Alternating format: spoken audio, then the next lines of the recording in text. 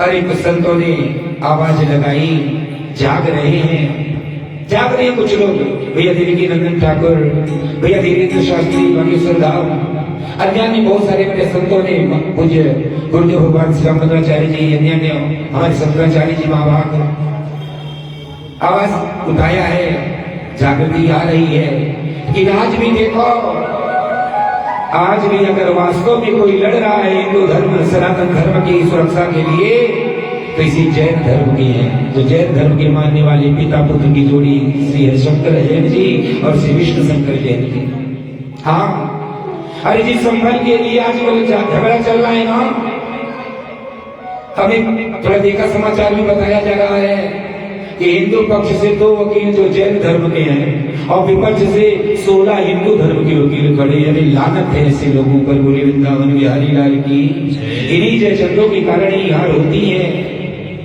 तो इन जयचंदों को पहचानो और इनसे थोड़ी दूरी बना लो, दूसरी हमारा कुछ नहीं बिगड़ पाएंगे। पहला काम आस्तीन के सांपों से निपटना है मेरे भाई। तो थोड़े इसका भी ध्यान दीजिए। इसी जैन धर्म के प्रथम तीर्थंकर भगवान ऋषभदेव, भगवान के 24 अवतारों में प्रमुख अवतार, आज उनके पुत्रों में सबसे बड़े पुत्र हैं जिनका नाम है भरत। जो भी हमारे सनातन धर्म संबंधी विशेष जानकारियां वे सब धीरे धीरे पाठ्यक्रम से गायब होती जा रही हैं। शायद आप लोग पढ़ रहे थे, मैं पढ़ रहा था तो था कि भारत देश का नाम भरत पड़ा, भरत जी के नाम पर पड़ा, दुष्यंत और शकुंतला के पुत्र भरत के नाम पर। लेकिन आजकल के पाठ्यक्रम से शायद यह पाठ गायब हो गया है। आजकल के बच्चों को नहीं पढ़ाया जा रहा कि भारत का नाम भारतवर्ष कैसे पड़ा। तो पीड़ा हो रही कितने दिनों से इंडिया आदि नाम रखने के बाद भी लोग भारतवर्ष, भारत माता की जय बोल रहे हैं। तो नई पीढ़ी को भुलवा दो कि इसका नाम कभी भारत था। लेकिन प्यारी, हमने भी जो पढ़ाई के समय में भी आधा अधूरा ज्ञान था। जो ज्ञान दिया गया उससे लगा कि द्वापर युग में चंद्रवंशीय राजा, पूर्ववंशीय राजा दुष्यंत के पुत्र हुए महाराज भरत। इसके बाद इस देश का नाम भारतवर्ष पड़ा। लेकिन जब श्रीमद् भागवत महापुराण का अध्ययन किया तो पता चला इस क्षेत्र का नाम सतयुग से ही भारतवर्ष है। इस क्षेत्र का नाम सतयुग से ही भारतवर्ष है। सतयुग में ही भगवान ऋषभदेव के पुत्र में महाराज भरत, जिनके द्वारा इस देश का नाम भारतवर्ष पड़ा। त्रेता में श्री राम जी के भैया भरत भाई तो से ऋण हम नाई, ऐसे पावन चरित्र वाले महाराज भरत, जिनके कारण इस देश का नाम भारतवर्ष ही रहा। और फिर द्वापर युग में आए महाराज दुष्यंत, माता शकुंतला के महावीर बलशाली भैया भरत जी महाराज। 5 वर्ष की अवस्था में, जिस अवस्था में हमारे बच्चों को अगर बिल्ली दिख जाए घर के बाहर के अंदर, बिल्ली को कहीं काकरोच देख के पराग निकल जाता है। इतनी डरपोक बना दिया है हमने अपने बच्चों को। उन बच्चों को सिखाओ। अरे जब 5 वर्ष के थे महाराज भरत, तो सिंघनी पे दूध पीते हुए बच्चों को उसके पास से खींच कर ले आते थे। सिंघनी को लाके को एक बार देख लेते थे, भैया तो संभाल लो, वहीं से डिस्टर्ब हो रहा है।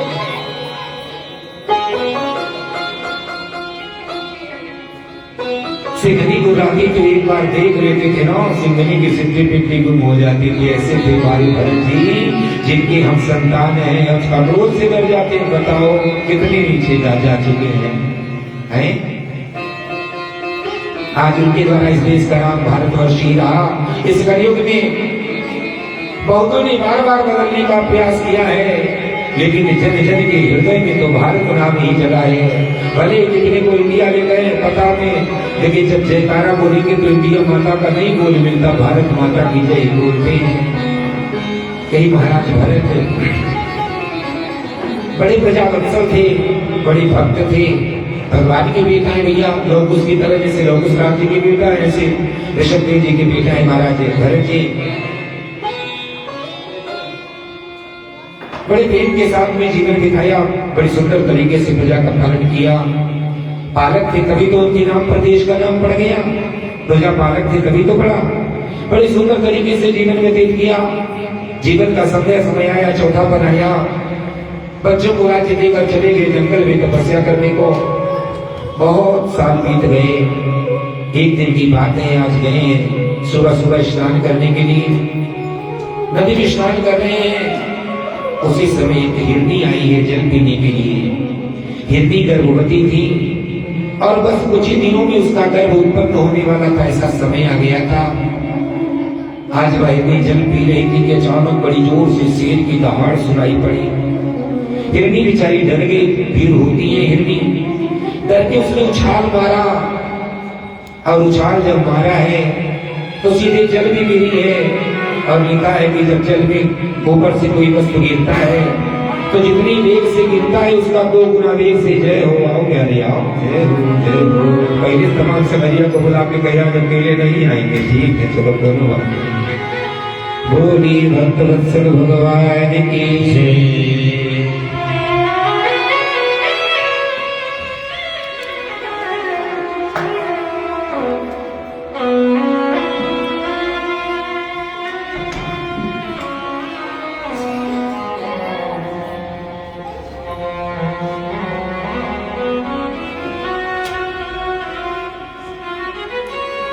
कल बताया था ना बच्चों कि श्रीमद् भागवत महापुराण खाली ही ना जानिए कि भगवान की कथा कूड़ा जाएंगे तब सुनेंगे। आप भी नित्य पढ़ो। कल 2 सिद्धांत को बताया था ना, कौन कौन याद है? कौन कौन? डाल्टन का परमाणुवाद और डार्विन का जैव विकास। आप देखो आर्किमिडीज का सिद्धांत में लिखा हुआ है। बोले वृंदावन बिहारी लाल की जय। आर्किमिडीज का सिद्धांत में मिल गया है यहाँ इस प्रसंग में। आज हिरनी खोदी है, बड़ी जोर से उसे चोट लगी, पीड़ा से करा उठी और उसका बच्चा उसी जल में ही पैदा भया। इतनी पीड़ा भई है कि वह हिरनी मर गई। बार भैया इसे देखो सही हो गया अपने आप। बोलिए भगवान भगवान की। आज हिरनी कूदी है, छपा की आवाज बनी, भरत की आंखें खुल गई हैं और उनकी आंखों के सामने सारी घटना घट रही है। मारे पीड़ा के हृदय व्यथित हुआ, तैर कर गए हैं। हिरनी और उसके बच्चे को बाहर निकाल कर लाए, देखते हैं कि हिरनी तो मर गई है। अब छोटा सा बालक, उसकी सांसें चल रही हैं। विचार किया ऐसी दशा में इस जीव को छोड़कर चला जाऊंगा तो बड़ा पाप लगेगा। उस छोटे से बच्चे को हिरण के सावक को अपने साथ ले आए आश्रम में। दूध वाले बच्चों से दूध निकाल कर उसी के दूध को पिलाकर उस बालक का पोषण किया। 2-4 दिनों में वह बालक छोटा सा जो था हिरनी का पुष्ट हो गया, दौड़ने लगा, चलने लगा। देखिए कथा सिखा रही है कि हमें सतत सावधान रहना चाहिए, हमें सतत सावधान रहना चाहिए। रास्ते में चलते हो, कोई बड़ा ट्रक बस मिलता है, ट्रॉलर, तो पीछे लिखा रहता है सावधानी अति दुर्घटना घटी। देखा है ना स्लोगन? तो खाली सड़क वाले रास्ते के लिए नहीं, ये जीवन का भी तो एक मंजिल है। उस मंजिल को पाने के लिए हम यात्रा कर रहे हैं। तो इस जीवन यात्रा में भी हमें ध्यान रखना चाहिए कि हमें सतत सावधान रहना चाहिए, क्योंकि सावधानी घटी दुर्घटना घटी। इतना बड़ा राज्य वैभव धन संपदा, बेटा बेटी नाती पोते सबसे मोह त्याग कर जंगल में आ गए। इतने दिनों से तपस्या कर रहे, लेकिन आज सद्भावना के कारण फंस रहे। किसी दुर्भावना से नहीं, परोपकार की भावना। परोपकार सबसे सुंदर भावना है ना। आज वही परोपकार की भावना कि भाई इस छोटे से बालक का मेरे सामने मर जाएगा, हिरण का बच्चा, तो पाप होगा, लाओ इसे, इसका पालन पोषण कर दें। आज जब वह बालक चलने फिरने लगा तो भावना जो थी वह काम हो गया था, लेकिन आहा ये मन कब कहां कैसे फंसा दे कोई भरोसा नहीं है। इसीलिए सतत सावधान रहना चाहिए मेरे भाई बहन। आज परोपकार की भावना से उसी हिरण में मन फंस गया। अरे इसे कहाँ छोड़ूं, है कौन इसका मेरे सिवा, इसकी माँ तो मेरे सामने ही मर गई।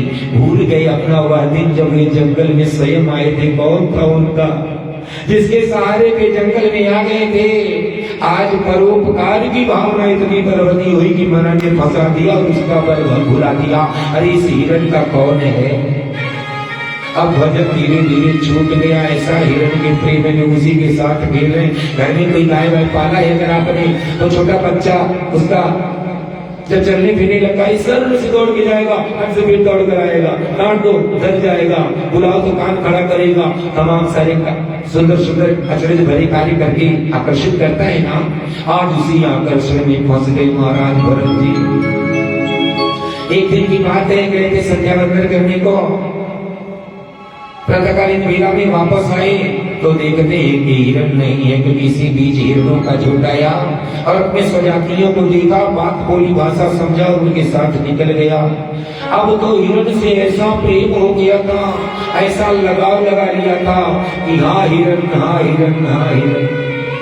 हिरण को ढूंढने लगे, कहाँ चला गया, कोई शेर खा गया, कोई गीदड़ खा गया, अरे राम राम राम, अगर खाया हो तो कम से कम उसका मृत शरीर या हड्डियों का ढांचा ही मिल जाए, संतुष्टि हो जाए, कुछ उसके लिए क्रियाकर्म कर दे।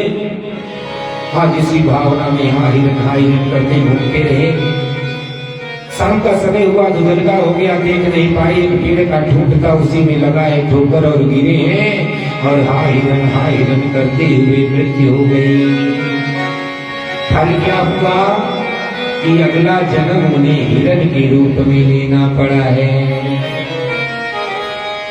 समझा रहे ना कि जीवन भर सुकृत किया है, लेकिन अगर मरते मरते भगवान का नाम नहीं आया तो सुकृत खाते में तो जमा हो जाएगा, लेकिन फल वही मिलेगा जो अंतिम समय में विचार करते रहोगे। क्योंकि नियम है अंत काले यथामति तथा गति, मरते मरते अजीब जिस भाव जिस विचार में रहना है उसी गति को प्राप्त होता है।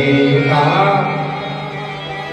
कि आज मरते मरते भगवान का नाम ले लोगे तो मुक्त हो जाओगे, इसीलिए कहा गया क्योंकि मरते समय जो विचार, जो नाम, जो भाव मन में रहेगा, बुद्धि विचार में रहेगा, अगला जन्म तद अनुरूप प्राप्त होता है।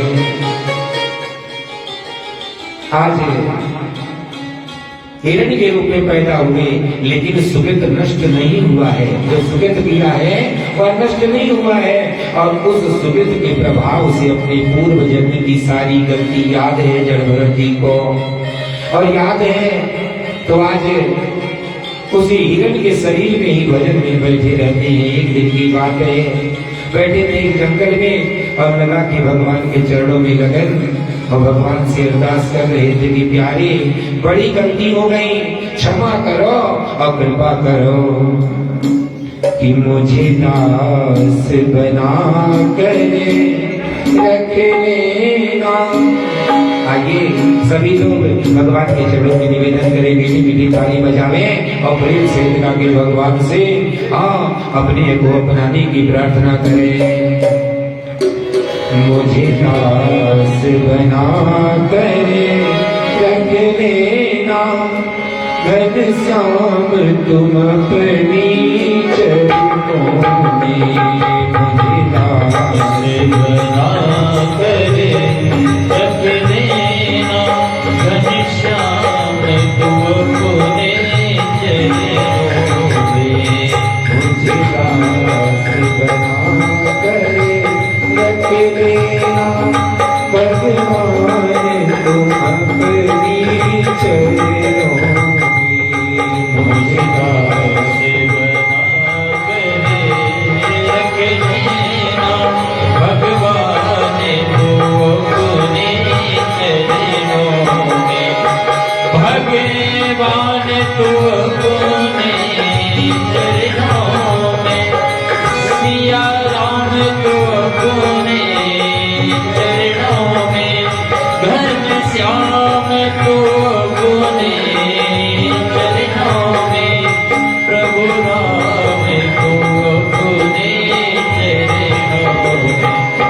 मुझे दास बना कर रख लेना, घनश्याम तुम अपनी चरणों में। मुझे दास बना कर रख लेना, भगवान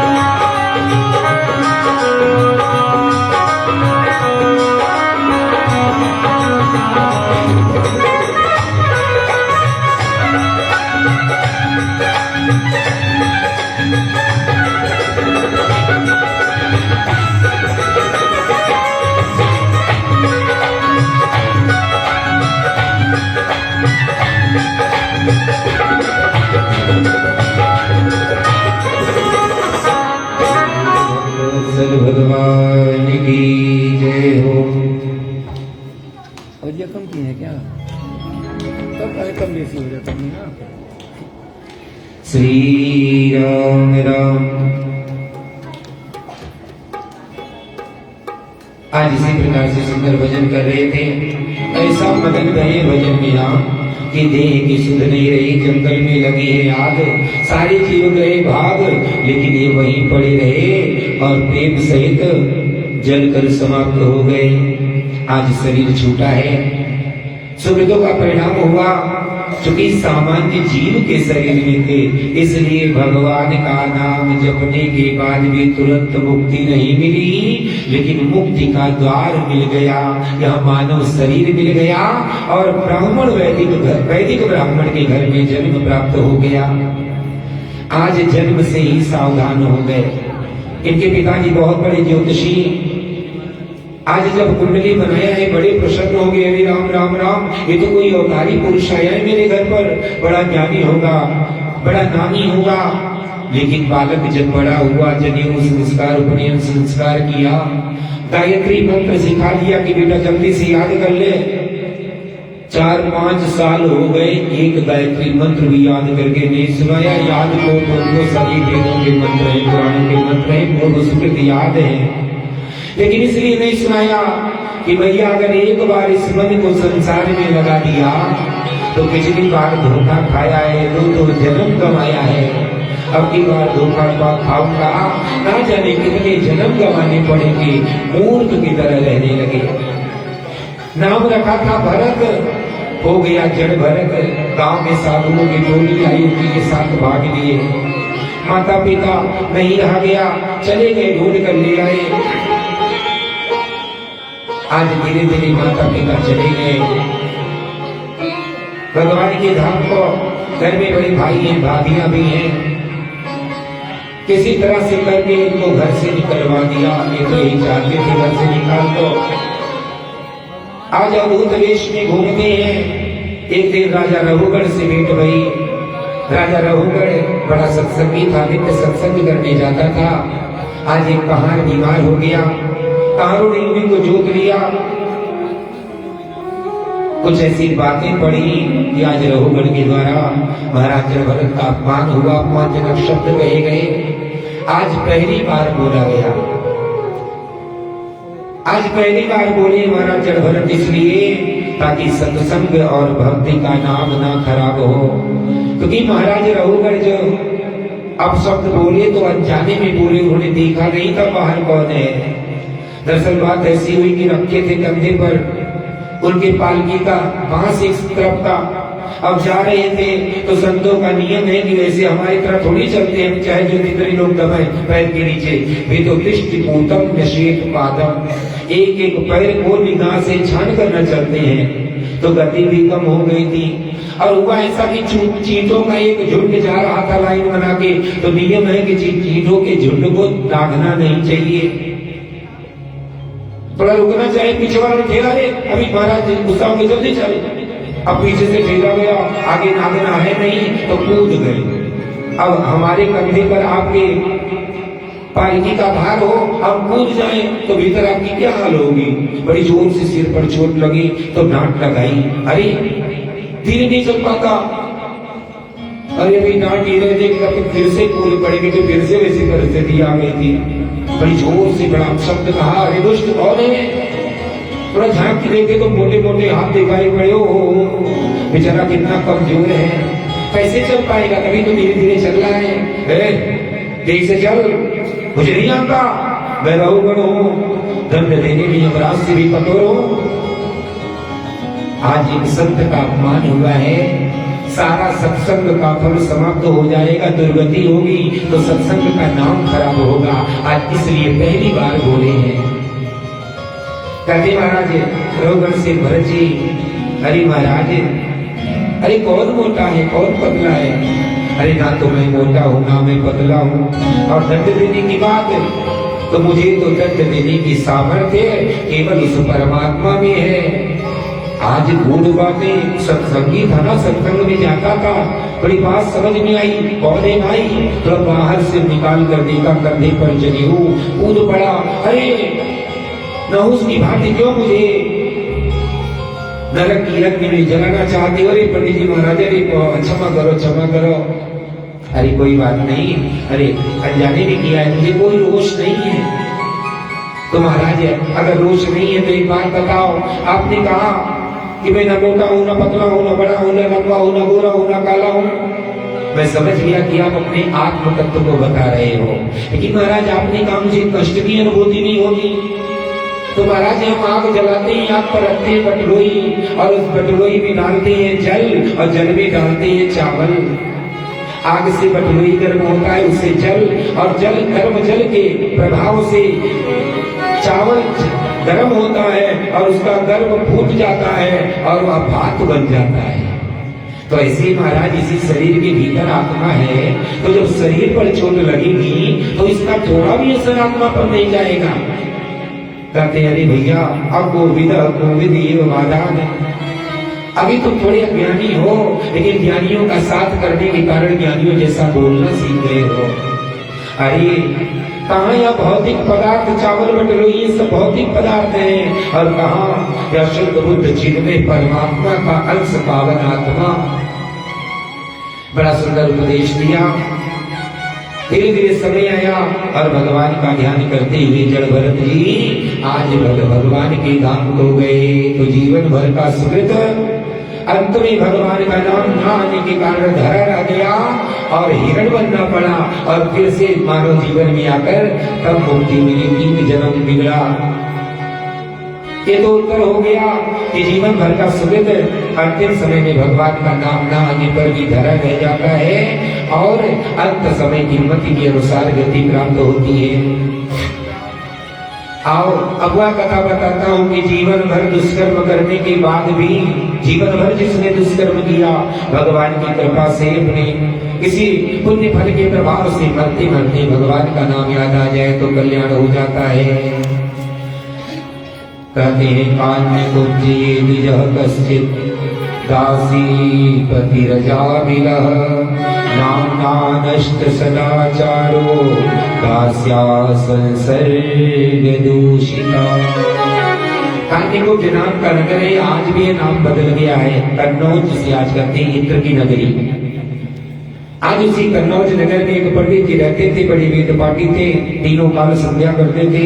उनका एक बेटा भया 7 वर्ष की अवस्था में उस बेटे का जनेऊ संस्कार करा दिया। बेटे का नाम रखा है अजामिल। आज उस अजामिल का जनेऊ संस्कार करा दिया, सुंदर वेदाध्ययन आरंभ करा दिया, तीनों काल संध्या करवाते हैं, हवन आदि करता है, नित्य पाठ पुराणों का करता है, वेद अध्ययन करता है, हवन करता है, यजन में लगा है। आज वह बालक 14-15 वर्ष का हो गया। धीरे धीरे एक दिन की बात है, पिता के यज्ञ में संविधा लाने के लिए जंगल में गया। बरसात का दिन था, आगे सूखी लकड़ियां नहीं मिली तो थोड़ा जंगल में भीतर चला गया। आज जब भीतर जंगल में गया तो वहां पर एक दुष्टा स्त्री एक दुष्ट पुरुष के साथ नग्नावस्था में घूम रहे थे। आज नग्नावस्था में घूम रही स्त्री पुरुष को देखा, मन बदल गया, बार बार उसी को देखने को मन करे, घूम घूम के जा रहे देख रहे। और इसी बीच उन दोनों ने इन्हें देख लिया, अरे राम राम ये कौन है, ये देख लिया है, कहीं शोर कर देगा। अब वो स्त्री आई है और अपने रूप जाल में इनको फंसा लिया, ऐसे फंसे कि उसी के साथ घर द्वार भूल के भाग गए, विवाह कर लिया। ध्यान दीजिएगा, कथा बड़ी सुंदर बात सिखा रही, कल भी मैंने इस पर चर्चा किया था। थोड़ा बच्चों को संभालना पड़ेगा, क्योंकि बच्चे हैं कच्चे घड़े, जैसा उनके उस मस्तिष्क पर अंकित होगा वैसा ही करेंगे। विचार करिएगा कि वह अजामिल जिसके पिता उसे तीनों काल संध्या सिखा दिए हैं, वो वेद पुराणों का पाठ कराते हैं, सुंदर संस्कार नित्य सिखा रहे हैं, उसके बाद भी एक बार, केवल एक बार नग्नावस्था में स्त्री पुरुष को देखा, उसका मन खराब हो गया, जीवन बिगाड़ दिया। और हमारे बेटा बेटी आज ना चाहते हुए भी हम कितना भी रोक गए, कहां तक रोकोगे? सड़क पे निकलोगे तो होर्डिंग्स लगे हैं बड़े बड़े, ऐसे ही नंगे चित्रों वाले। ऐसा देखकर लगता ही नहीं है कि हम लक्ष्मणपुर में हैं। भारत भूमि में ही नहीं लगता कि भारत भूमि में ऐसे ऐसे होर्डिंग्स लिखने को मिलते हैं। लेकिन हम क्या करें, किससे करें? अकेला चना बाढ़ भी नहीं फोड़ सकता ना, लेकिन कोई बात नहीं है। अरे कोई कुछ भी नहीं, हमसे क्या मतलब? अरे हमारा हमारे काम आएगा, तुम्हारा तुम्हारे काम आएगा, तो हम अपने को सुधार लें बस। हाँ, आज हम गड़बड़ जगह यही है कि हम दूसरे को सुधारने लगते, अपने को नहीं देख पाते। अपने को सुधार लो, अपने बच्चों को संभाल लो। ऐसे 10 लोग सोच लेंगे, 10 घर संभलेंगे, और बाकी 20 वाले जब रोएंगे तो अगले 30 कहेंगे देखो भाई 10 का नकल करो, नहीं तो 20 का नकल करोगे तो रोना पड़ेगा। आपकी बात बिना कहे आगे बढ़ जाएगी, करके दिखाना पड़ेगा। मेरे भाई बहन, मेरे बच्चों, इन बच्चों को ना चाहते हुए भी कितनी बार ऐसे दुर्घटना दृश्य देखने पड़ते हैं, और हमारे पास बच्चों को एक बार भी 10 मिनट भी समझाने का समय नहीं मिलता।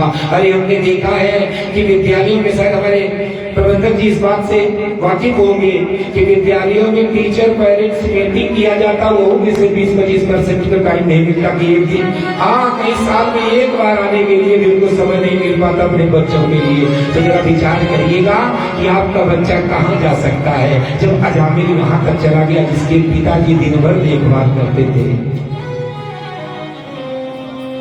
तो आज कथा सिखा रही, मैं अपनी तरफ से कुछ नहीं बता रहा, कथा में जो बात आई है वही तो बता रहा हूँ। खाली कथा सुनने से लाभ नहीं है, जब इस कथा का मर्म समझकर जीवन में उपयोग करो तब लाभ मिलता है।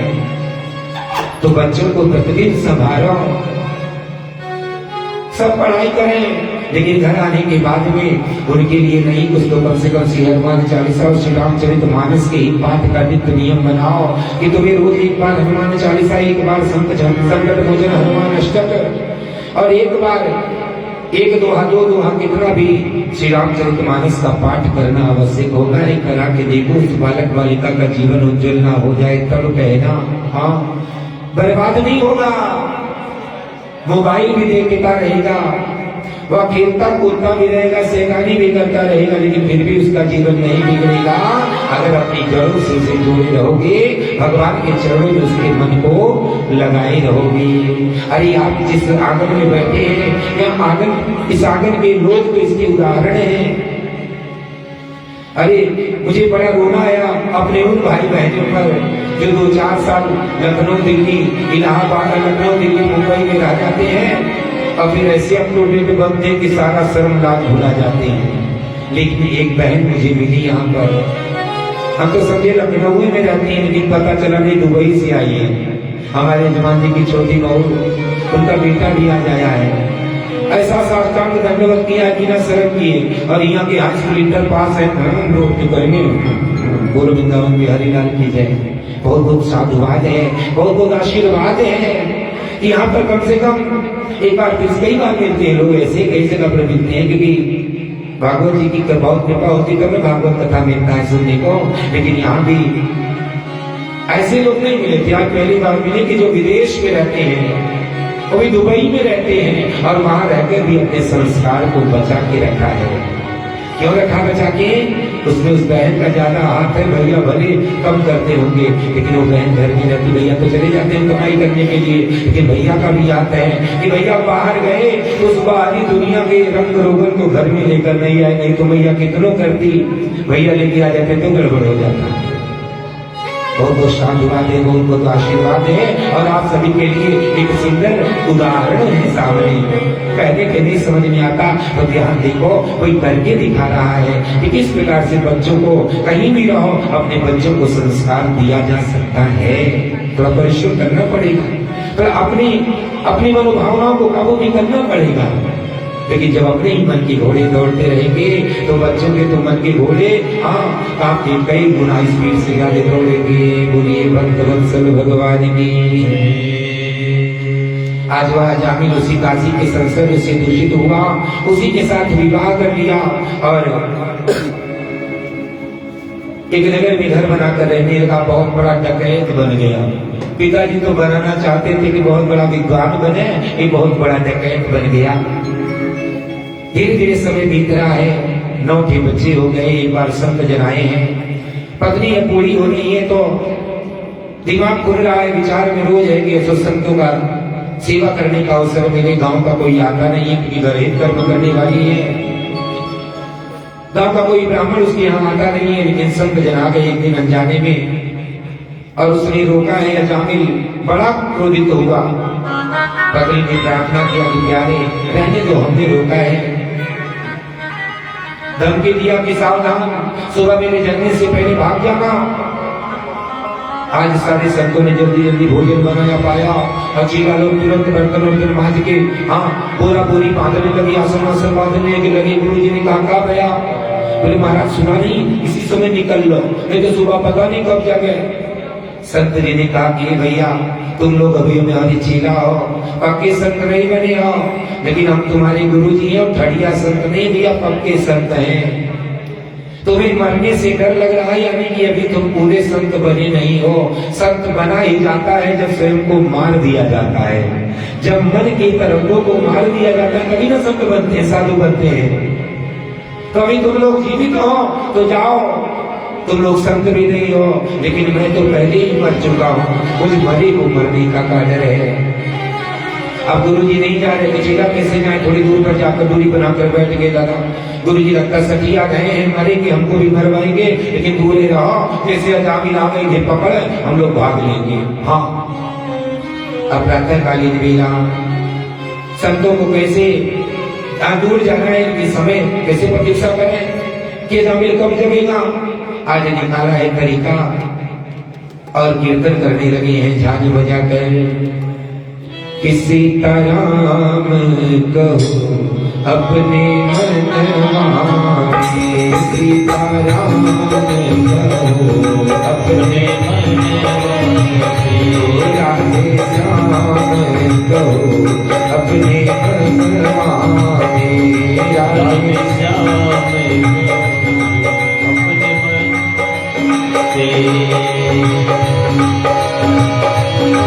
चाहे घर में रहो, चाहे घर में मांगे, चाहे घर में रहो, चाहे घर में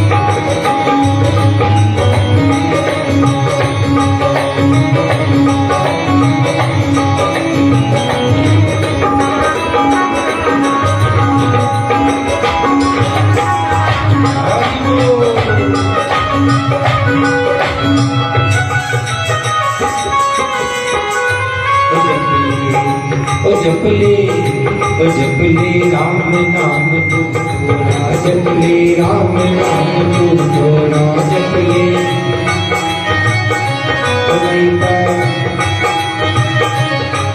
मर के बन को भोला,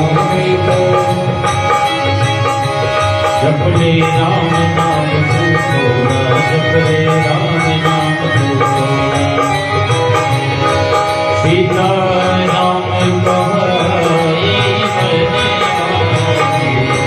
राधे श्याम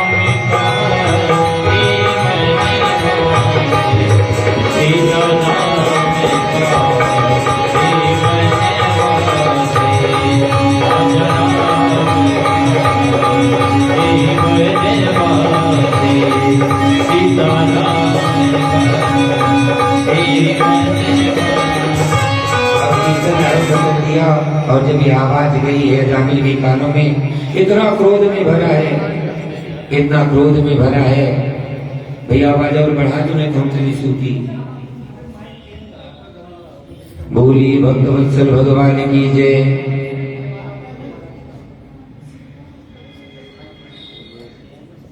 कोई फोटोस में गड़बड़ है, छोटे गड़बड़ गड़बड़ करता फिर आपको जाम कर देता है।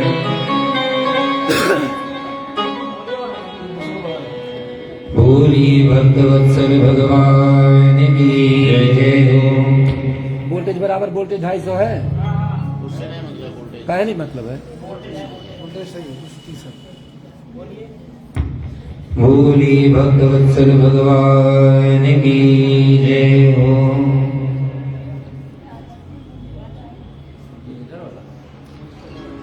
श्री राम राम राम, ऐसे ऋतु भी चलेगा भैया। श्री राम राम, अब अपनी गोटी मत छुइएगा, थोड़ा इफेक्ट और कम कर देखूंगी, एक और कम रहेगा। श्री राम अब हमारा छुइएगा मत, टेप लगा दीजिए। श्री राम राम,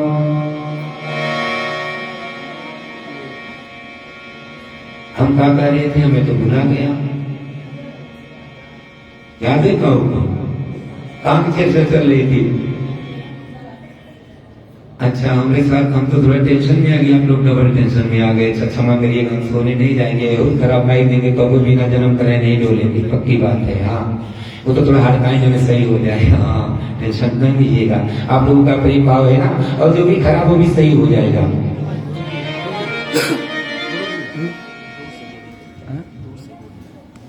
श्री राम राधे श्री राम राम राम राम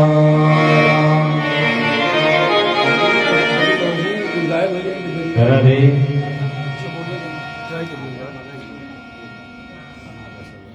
तो चर्चा कहाँ चली थी प्यारी, हम लोग तो सब भुला गए। क्षमा करना, आप नहीं भुलाएंगे। देखो ठाकुर जी डांट रहे, अभी नहीं भुलाइएगा, आपकी बात जब पूछा जाए। हाँ नहीं भुलाएंगे, पक्का है। अच्छा हाँ, संत भगवान बैठे तो हाँ कीर्तन कर रहे हैं, बता रहे हैं। हाँ कीर्तन कर रहे संत भगवान। आज ये आवाज पहुंची है जामिल के कानों में, मारे क्रोध का मार डालूंगा, लेकिन तलवार बाहर निकला है। पत्नी पीछे, अरे महाराज जाने दीजिए, अरे तो संतों का आदत उनका काम है। अच्छा रुक जाओ, जब मारूंगा नहीं जल्दी भगाऊं, ये शीशा जैसे पड़ रहा है, ये दुष्टों की पहचान है। भगवान का नाम सुनने से जिसे बुखार आने लगे, समझ रहे ना, दुष्ट है, हमारे किसी काम का नहीं है, तुरंत दूर हो जाओ। इसीलिए पूर्वजों ने नियम बनाया है अभिवादन करने का कि राम राम कहो, राम राम। सामने से आया राम राम तो है हमने काम का, जो काम मुंह बनाया कुछ नहीं बोला, हमने तो उसे कौन काम, जय सिया राम जय सिया राम, तुरंत घूमिया ना। लेकिन हम भुला गए हेलो हाय गुड मॉर्निंग में। ये फिर से अपनाओ, पता चल जाएगा कि कौन तुम्हारे काम का है और कौन बेकाम का है। तो आज आया है, अरे तुमको कहा था भाग जाना, नहीं भाग रहे हो। संत जी ने कहा जजमान आ गए, धन्यवाद, आपको बुलाए रहते सरकार। हम संत हैं और संतों ब्राह्मणों का नियम है, खाली खाते नहीं है, हाँ तो दक्षिणों का खिलाते हैं दादा। तो भोजन तो हो गया था, दक्षिणा नहीं मिला था, वही दक्षिणा के नारे बुला रहे थे। मुस्कुराया जामिल, बारे बाबा भूत से पूत, अरे ले इना बासन बसन छुड़ाई हमारा तिबड़ से बकाई। ये जो तुमड़ी उड़ी बांधे हो ना, अड़ना बिछौना, ये छीन के घर में नहीं धर लिए, समझो दक्षिणा निकल लो। संत जी मुस्कुराए, कहते प्यारे लगता है, तुझे लग रहा है कि हम तुझसे कुछ रुपया पैसा मांग रहे हैं? अच्छा नहीं तो सोना चांदी? बोले वो भी नहीं चाहिए। अच्छा तो कोई अनाज चाहिए क्या? बोले वो भी नहीं चाहिए। कुछ कपड़ा? वो भी नहीं चाहिए। चौंक गया जामिल, बाप रे बाप, आज तक तो दक्षिणा के रूप में यही सारी चीजें जानता था, ये सभी नहीं चाहिए। नहीं चाहिए क्या? बोले दक्षिणा के रूप में हमें एक वचन चाहिए। बोले क्या? बोले तेरी पत्नी गर्भवती है। चौंक गया, इसलिए बताया क्या? बोले नहीं महाराज, बकरी का नाम भी नहीं बताया। अच्छा बाबा, तो चौथा महीना चल रहा है और चौका, बाप रे बाप, बाबा की हमें कौन अल्ट्रासाउंड मशीन लगाए हैं दादा कि बता रहे हैं? पत्नी से पूछा सही है? बोली हाँ महाराज। तुमने बताया? नहीं महाराज। अरे अब प्रभाव पड़ रहा है, लगता कुछ विशेष है बाबा में। कैसे? पहले बाबा लोग खाली कथा सुनाते थे, सब हल्के में लेते थे। आ गया एक बाबा और धर दिया सब दोहर का, यहाँ कोई नहीं बोल रहा है। बोलो वृंदावन बिहारी लाल की जय। नाम तो हमारा वाला ही है, लेकिन काम हमसे बहुत ज्यादा है। बोली बागेश्वर धाम की। हाँ, आगे वाला आप लोग बोल दीजिएगा, अपने नाम से लेकर अपने नाम से नहीं बुलाया जाता है। बोली भक्तवत्सल भगवान की। आज चौंक गया, अरे तो बाबा बोले कि बेटा ही होगा।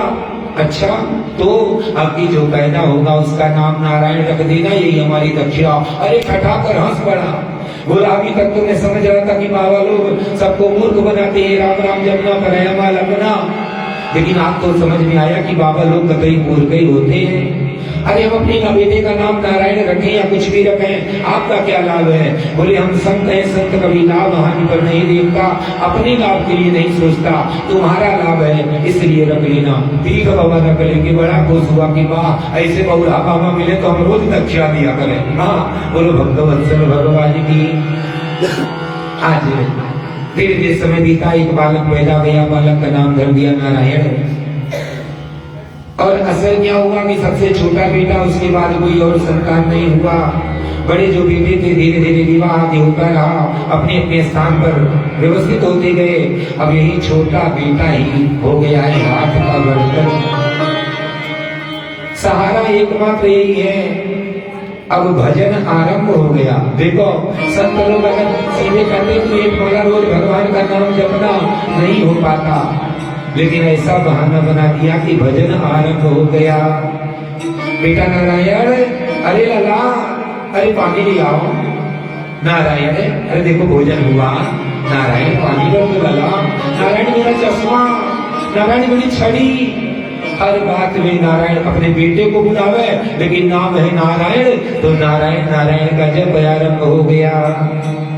आज धीरे धीरे समय आ गया, यमराज के काले काले दूत आए हैं, कटीले तार वाला, जो कि पापी है ना, तो इसलिए कटीले तार वाला डंडा निकाला है और जोर से शराब से मारा और इसकी आत्मा को अपनी रस्सी में बांधा है। जब निकालने लगे, हर मौके पर नारायण बुलाने की आदत है, उसी आदत के फलस्वरूप निकल गया मुंह से, अरे नारायण बचाओ, नारायण बचाओ, बेटा नारायण बचाओ।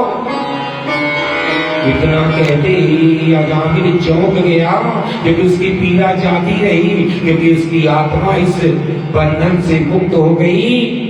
और सामने चार पीले पीले देवदूत इन चारों यमदूतों को मारकर भगाते हुए दिखाई पड़ गए। आपस में वार्ता हो रही, अजामिल सुन रहा है।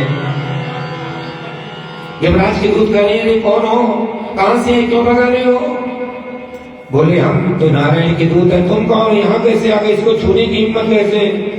बोले हम यमराज के दूत हैं, हमारे यही काम हम भेजे गए, देखो इसका टिकट पास हमारे पास इसे ले जाना है। बोले अब नहीं ले जा सकते। क्यों?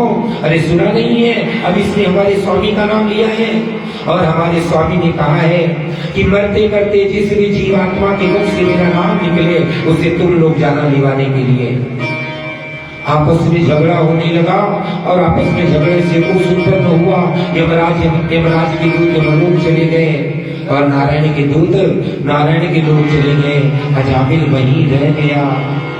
आज उसे पता चला आज उसे पता चला भगवान के नाम का महत्व, और यह जो पुनर्जन्म मिला है, पुनर्जीवन मिला है, इस जीवन को मैं अवश्य सुधारूंगा। इस भावना के साथ अपने बेटा नारायण और पत्नी के साथ चला गया हरिद्वार, और वहीं हरिद्वार की पावन भूमि में भगवान का भजन करते हुए अपने जीवन को पूरा किया है। और हम सभी को शिक्षा दिया है कि अगर हम भी अपना कल्याण चाहते हैं तो क्या करना है कि भजन करा। ए भैया, ए बेटी, ए भैया, पिताजी ध्यान रखिएगा कि भजन करा होई जवन होई हो। अरे चाहे जो न हो, लेकिन भजन तरफ ना भुलाइएगा कि भजन करा होई जवन होई हो। जगतिया में कोई नहीं अपना, भजन करा कोई जवन होई हो। जगतिया में कोई नहीं अपना, भजन करा।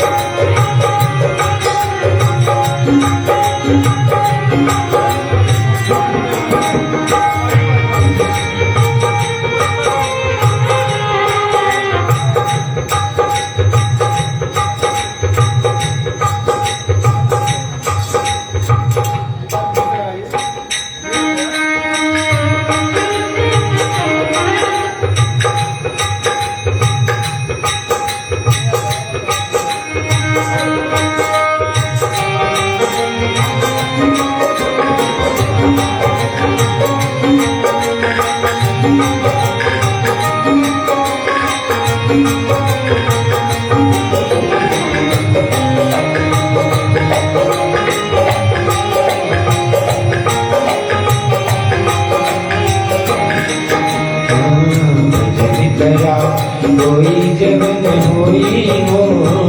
जगतिया में कोई नहीं अपना,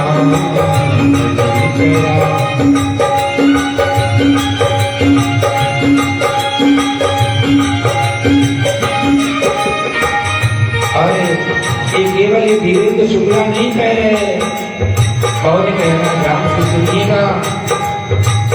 भोले बाबा मैया जी से अनुभव कहे अपना, भोले बाबा मैया जी से सत्य हरि भजन जगत सब सपना, सत्य हरि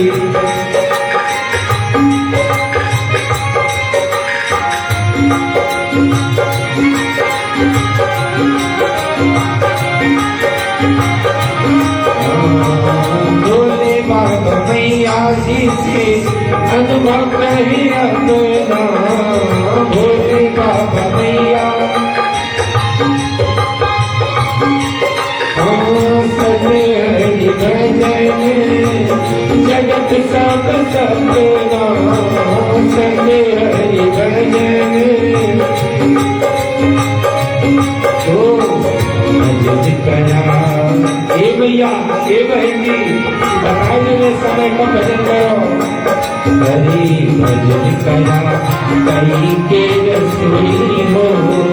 जगतिया में कोई नहीं अपना, भजन करा कहीं के रसोई हो। जगतिया में कोई नहीं अपना।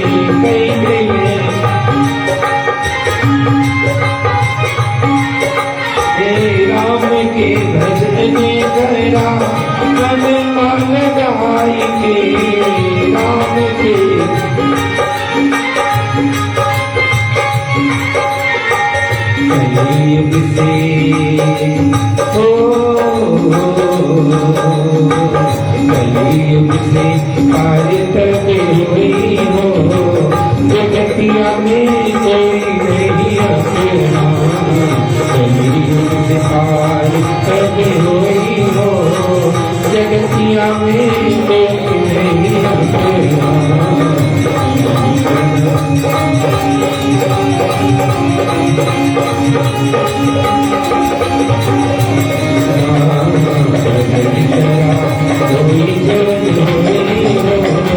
जगतिया में